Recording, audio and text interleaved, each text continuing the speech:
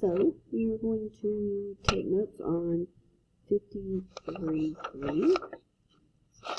Do my normal amazing cutting.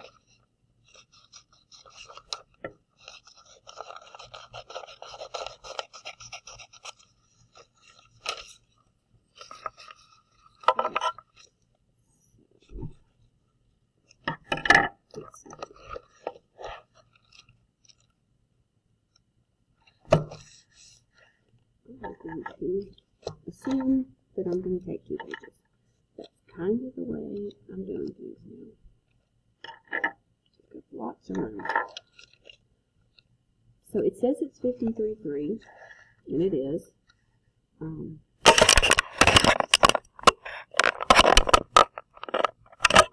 I'll get that up.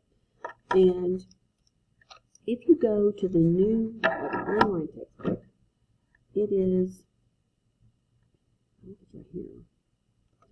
Yes. So in the OpenStax, I'm going to write this down and you can see it when we come back. It's 36.3 is environmental limits to population growth, and 36.4, whoops, wrote that wrong. 36.4 is going to be population dynamics and regulation.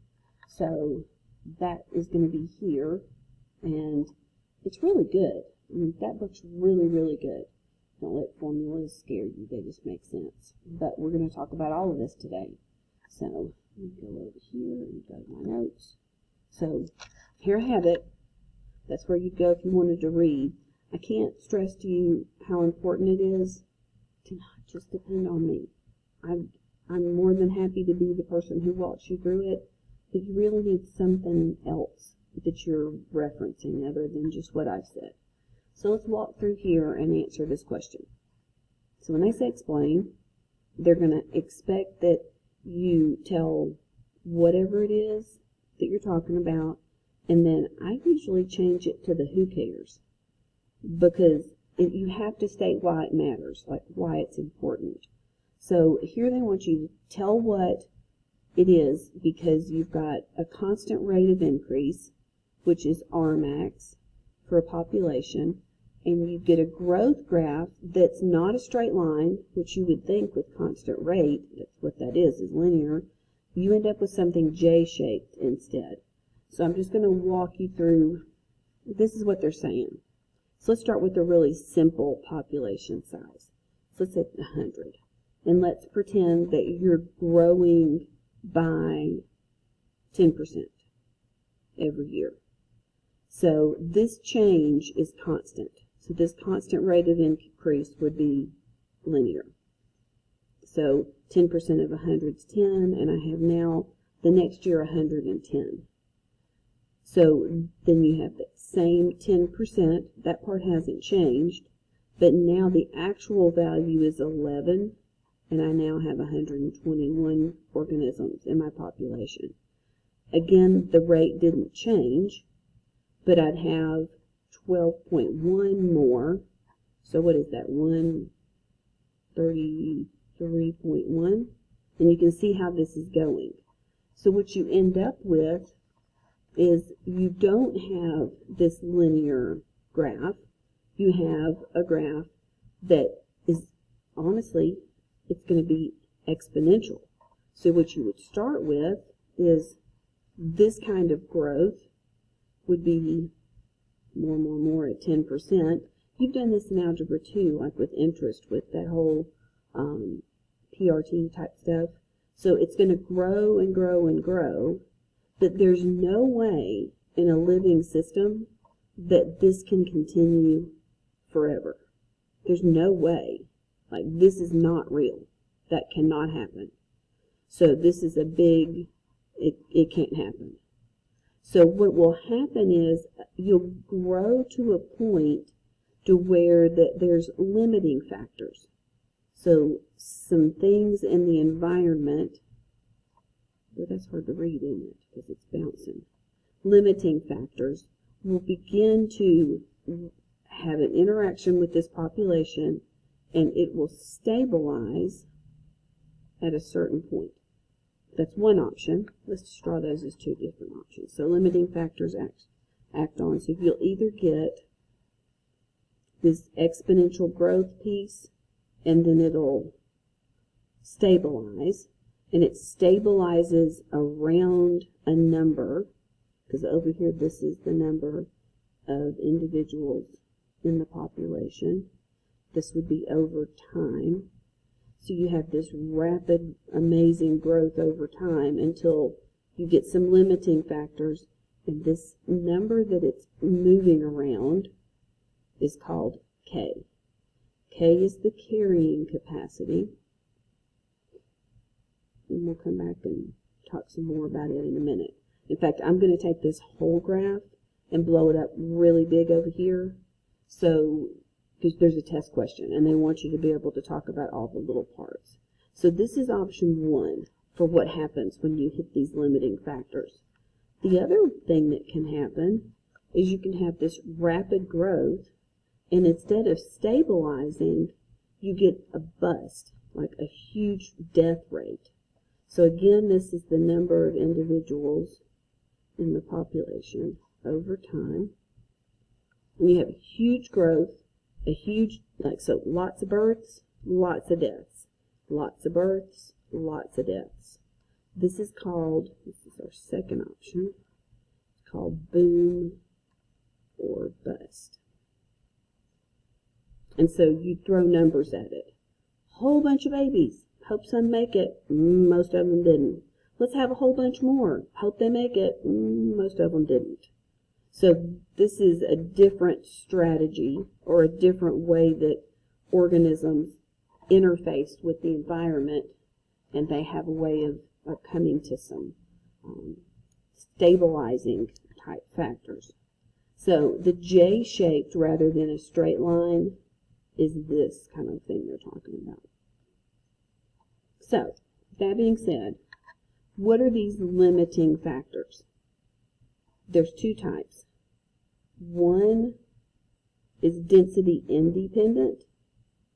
So, describe density independent population regulation and list the factors. So, the factors would be density independent, which means that there's no relationship. So this was actually question 1. Let's go here. So for density independent factors, they're going to have no relationship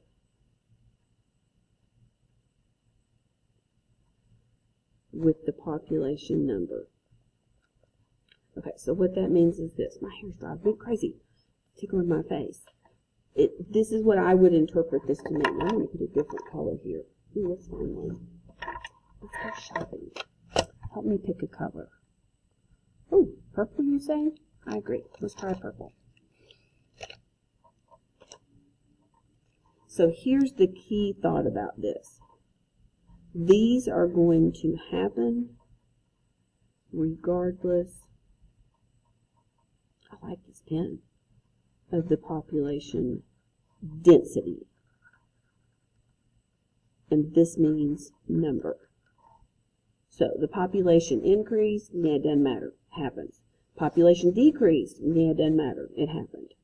So some examples of these, you're going to see, I'm going to move them over here, would be something like fire. Fire has nothing to do with how many individuals are in the population. Drought. Drought is completely independent of how many organisms are present. Same thing with flood.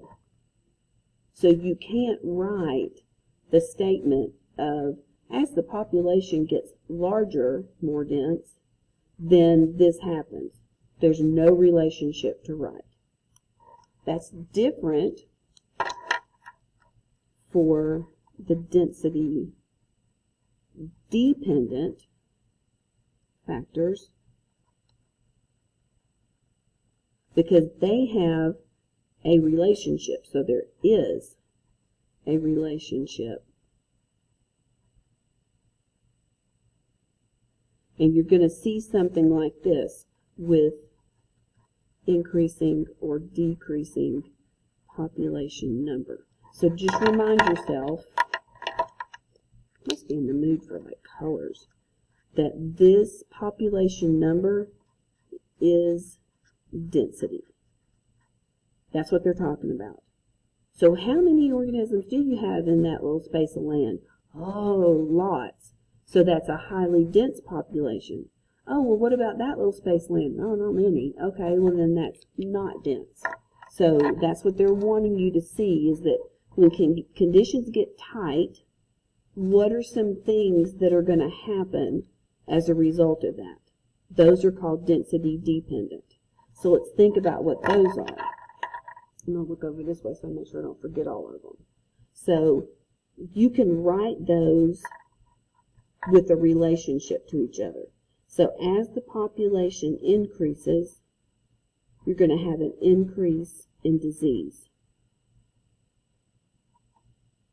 As the population increases, you're going to have an increase in competition. So notice that these are those biotic descriptors of an ecosystem, and they're related to the number of organisms there. So as you have an increase in population, you're going to have an increase in predation.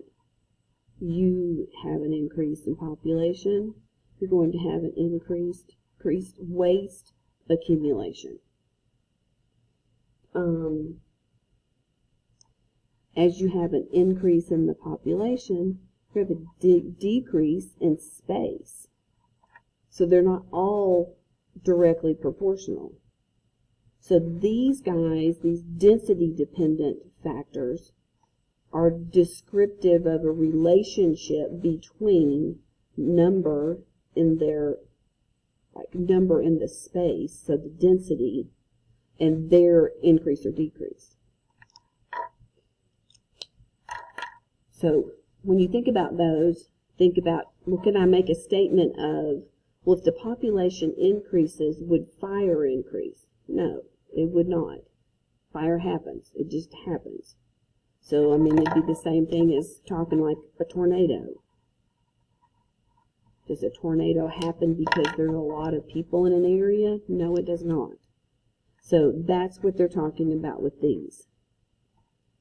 Then they ask you, how does a human population's age structure affect its growth rate? So the way we usually draw this is we draw some figures. So I'm going to draw them all together. So I'll stick them all on this. So what you've got here they're going to group all the people in the population by age. So you might have all the individuals from newborn to 2, and then 2 to 4. And that might go all the way up to 98 to 100. Who knows? And then they use horizontal bar graphs to actually demonstrate the amount of individuals in that age group. So if we start with this one, and we have this 0 to 2, they're going to break this into males and females. A lot of times they'll come over here and put a little percent to let you know what percent of the population that is. But in this figure, if you're skewed to being really young as a population, so you've got lots and lots of babies being born, more than the people who are older and dying. So you would have something that looked like a real heavy bottom, and then it might narrow to where you have something that looks sort of like that. So if you look at this and you look at this amount of area for this age, there's a lot less individuals in the population who are 98 to 100 than who are 0 to 2. In fact, the majority of your population would be right here and younger. So what you really have is this trend that looks like that, that's bottom heavy. So if that makes sense to you, and if we're doing this every 2 years, in the next group from 0 to 2 is also large, everything clicks up every 2 years. And these bottom ones eventually move up, and if they're replaced still by wide bottom ones, you're going to have a rapid growth in the population. So you could have large numbers that would change quickly in a human population. So these have, in general, there's countries that are associated with this type of growth.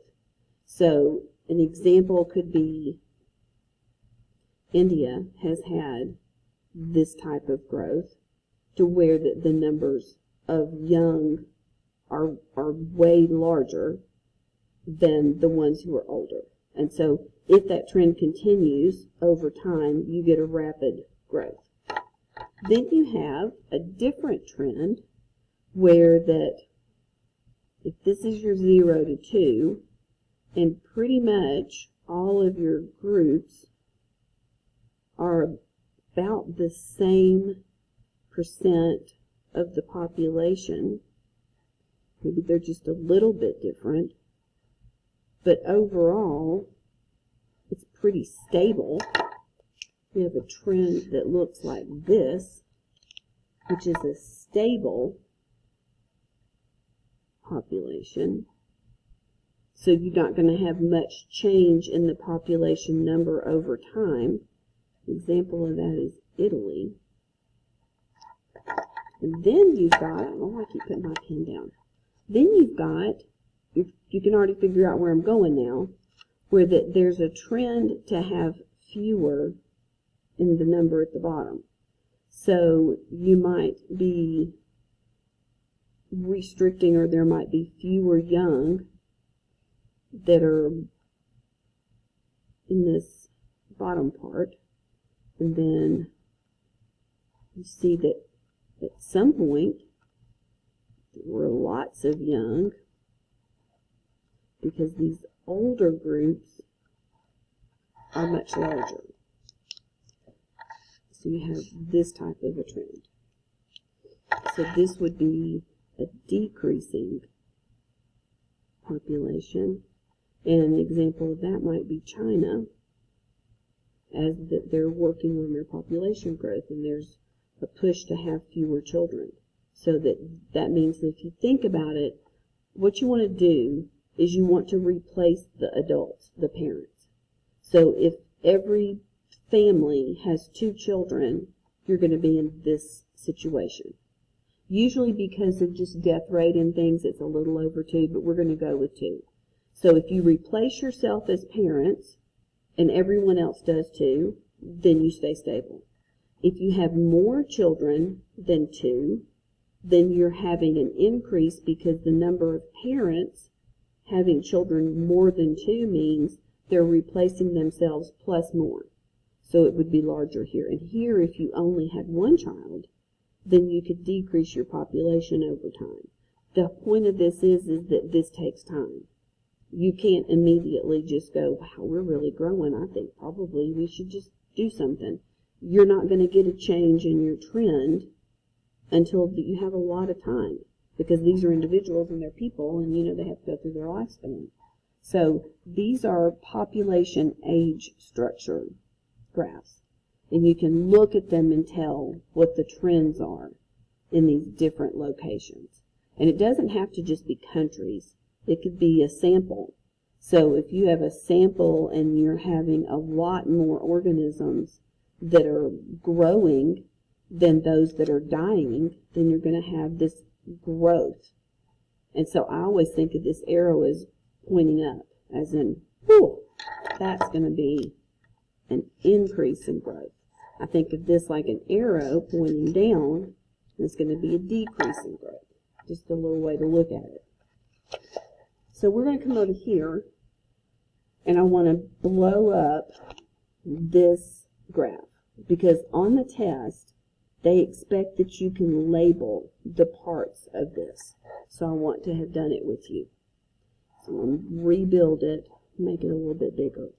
So the population, this is the number of individuals in the population. And over time, you have this initial growth period that's really strong. And then through these factors here, where that is the population gets larger, there's these limiting factors of disease, competition, waste, space. There's going to always be ones that don't have anything to do with the population, but there's still some type of a limiting factor. And in this graph, you're going to establish just a pattern. Not going to be perfect. That's not me being an awful drawer, although I'm not the best. This is purposefully wavy because it's not going to be 712 individuals forever. You know, it could be 700, 720. It's forced, you know, go down some forced numbers, but they're going to come from dying. So maybe you go down back to 680 and then you're back up to 711, or you're just working around a number. So this number right here is called K. So K is the carrying capacity. And that's the maximum number of individuals in a population that an area can support.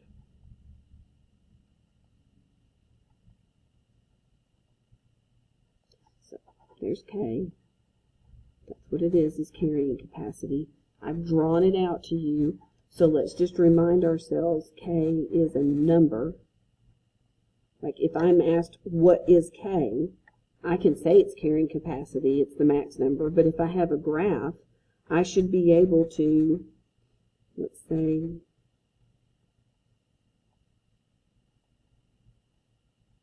that we have some values here, so it's around 2,000. So K is about 2,000. So it's going to be a number that's going to be here. So now I've seen on a test where they want you to know what all these parts are. And everybody wants to go, there's exponential and then there's like stable. There's more than that. So initially, you've got this time of really low growth. And how do I know that? Because there's not a huge increase in number over time. Then you get into this piece where there is a huge increase over time. And then you have this piece where it's fairly stable. So what we're describing is the population number, and this is called lag. That's the lag period. This part here is called exponential, which makes good sense. And then I want to be sure that I put this one. This one's usually called stable, constant, or sometimes they'll just call it K. Any of those are fine. So I'll put little dots by them to know that you can put any of those. So let's talk about what's going on with these three. So lag, that phase means that your population is growing and you have not hit the limiting factors yet.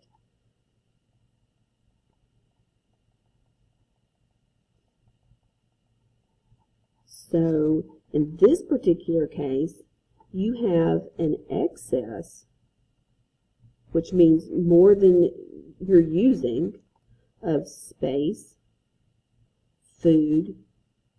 You have almost no waste.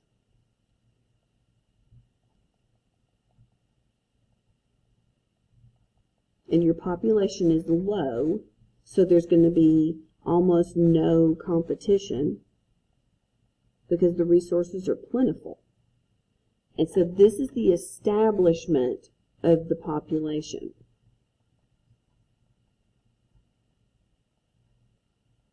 So when the population first establishes itself in a new area with good resources, there's plenty of space, plenty of food, there's not waste that's accumulating, there's not competition for resources, so the population will grow. Then you hit the exponential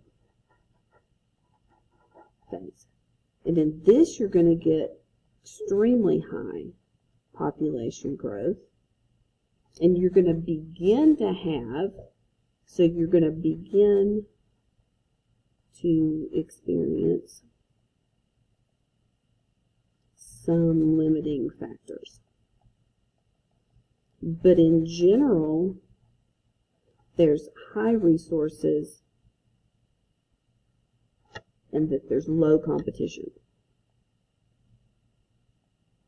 So the growth, if we were talking about the 10%, so if you started down here, like way down here, this looks like it's 200, and you barely grow to be about 500 or 600, and then in the exponential, you went from 600 to 2,000 in the same amount of time.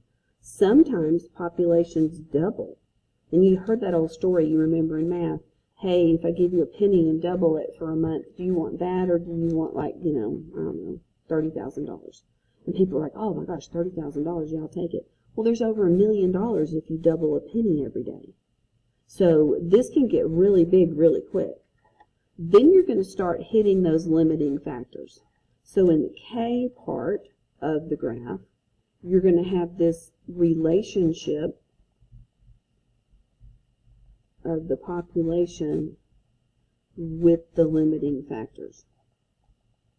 And what you tend to get is you reach K, so that's what the environment that you're in, the space that you're in, that area can support, and then you're going to have this interaction with the limiting factors.